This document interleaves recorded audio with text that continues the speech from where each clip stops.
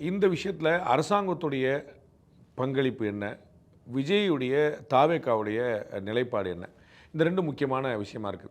இந்த விடை தெரியாத கேள்விகள்ல அ தாவேகா ஒரு கூட்டத்தை ஒருங்கிணைப்பதற்கான ஒரு நியாயமான, தேவையான புரோட்டோகால்களை செய்ததா? அந்த விதிமுறைகளை, வழிமுறைகளை ஃபாலோ பண்ணுச்சா? அப்படிங்கிற ஒரு கேள்வி. நீதிமன்றத்தில கூட ஒரு இடத்துல நாங்கள் நெறைய நிபந்தனைகளை விதிச்சிருந்தோம். ஆனா 2டே 2 நிபந்தனைகள் தான் நிறைவேத்தியிருந்தாங்க. வேற எதுவும் நிறைவேத்தல அப்படிங்கிற மாரி குற்றச்சாட்டு வைக்கப்படுது. அது சரிதானா? அப்படிங்கிற கேள்வி. அப்புறம் ஏன் தாவேகாவினர் தவறான நேரத்தை தங்களுடைய சமூக வலைதளங்களில் குறிப்பிட்டார்கள். காவல்துறையில 3 மணிலேருந்து 10 மணி தான் அனுமதி கேட்டிருந்தாங்க. ஆனா பகல்லேயே அதற்கு 4 மணி நேரம் முன்னாடியே வரப்போதா, ஏன் சமூக வலைதளங்கள்ல அந்த தகவல பரப்புனாங்க அப்படிங்கிற கேள்வி. அதுக்கும் விடை தெரியல. அதேமாரி காவல்துறை 3லேருந்து 10 தான் அனுமதி குடுத்திருந்தாங்க. அப்புறம் ஏன் அவங்க 3 மணிக்கு முன்னாடியே அசெம்பிள் ஆக விட்டாங்க பொதுமக்கள அப்படிங்கிற ஒரு கேள்விக்கு இன்னும் பதில் தெரியல. இந்த அதிகாரிகள் யார்?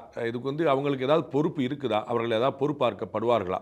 நம்ம பார்க்குறோம் இந்த மாதிரியான ஸ்டாம்பேடு, இது மாதிரியான கள்ளச்சாராயம், இது மாதிரியான காவல்துறை மரணம், இது மாதிரி நிறைய ஏதாவது காவல் நிலைய மரணம், இது மாதிரி ஏதாவது ஒரு பிரச்சனை வந்துச்சுன்னா, அங்க உள்ள அதிகாரிகள இடமாற்றுறது ஒரு வழக்கமா வச்சு பார்த்துருக்கோம். ஆனா இந்த முறை எந்த அதிகாரி மேலும் எதுவும் சொல்லப்படாத ஒரு தன்மைய பார்க்குறோம். அதற்கான காரணம் என்ன? யாருமே பொறுப்பு இல்லையா? யாருக்காவது பொறுப்பு இருக்குதா? அப்படிங்கிற கேள்வி.